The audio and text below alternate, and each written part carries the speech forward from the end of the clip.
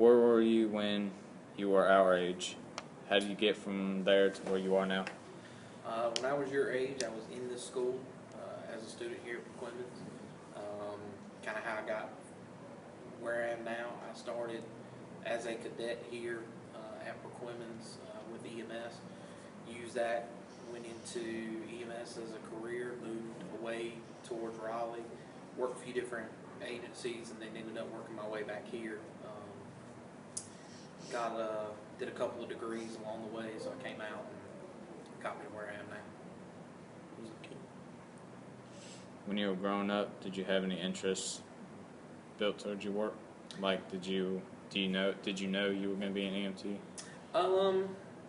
Actually, no. I really started, I wanted to be a fireman. My dad had been a volunteer fireman growing up as a kid.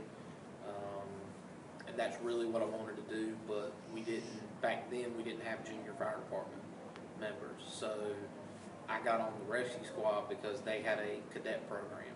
And so that's kind of how it started, and then I got into it and really loved it and went from wanting to be that to being an EMT. So. What obstacles did you have to overcome to get where you are today? Really the biggest ones were just, it's being a paramedic and being in a really busy system like Wake County. There were a ton of challenges with that. They didn't start off hiring brand new paramedics, so that was kind of new. And it's a highly competitive thing. There's always openings for paramedics, but then you have to deal with competing against other highly qualified paramedics for the same thing. So, I don't want to say it was easy for me schoolwork wise. I didn't struggle with it.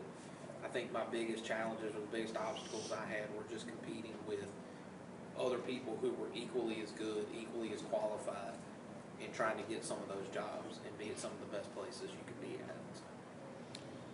at. And what have been the keys to achieving the level of excellence that you've reached in your life? Hands down, it's being willing to always work harder than everybody else. I've never been somebody who I can't just walk in a room and pick up a book and just walk away with the knowledge. I've always had to be working harder and studying longer and put in the time to be good at it.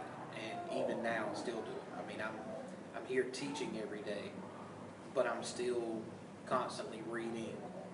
I've got magazines here from this place or that place. I'm constantly reading the latest trends, the latest technology to stay as on top of it as I can. So that's I would say probably has really been the easiest thing, or the thing that's really been that kicker for me has been my work ethic on that. What skills or values would you say that someone must have to succeed in your line of work?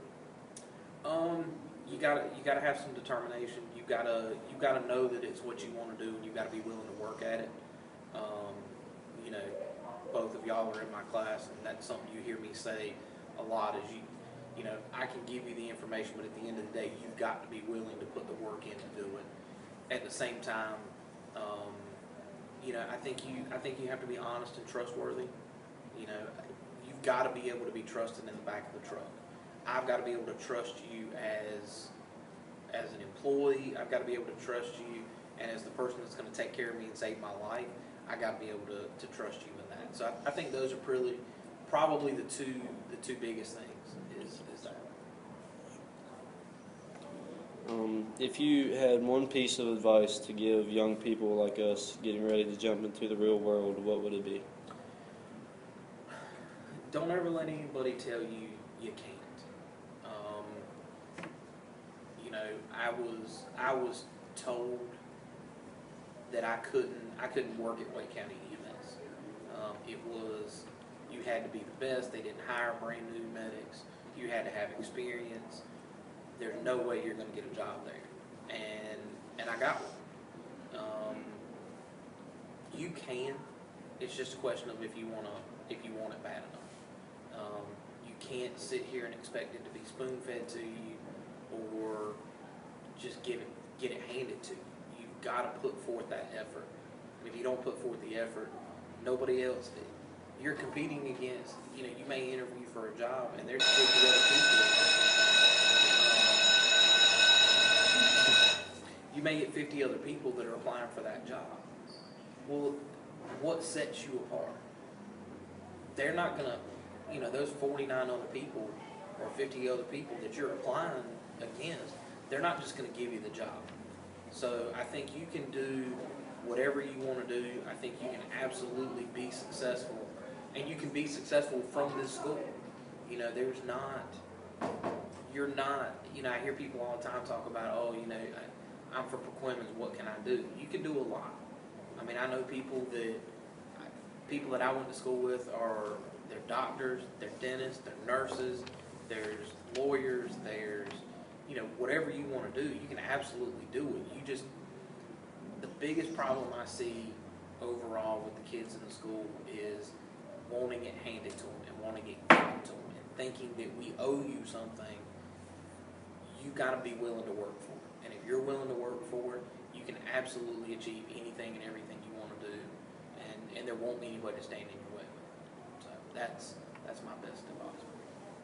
Okay. Well, thank you very much. You're welcome. We appreciate your time for this interview. Absolutely. Thank you, guys.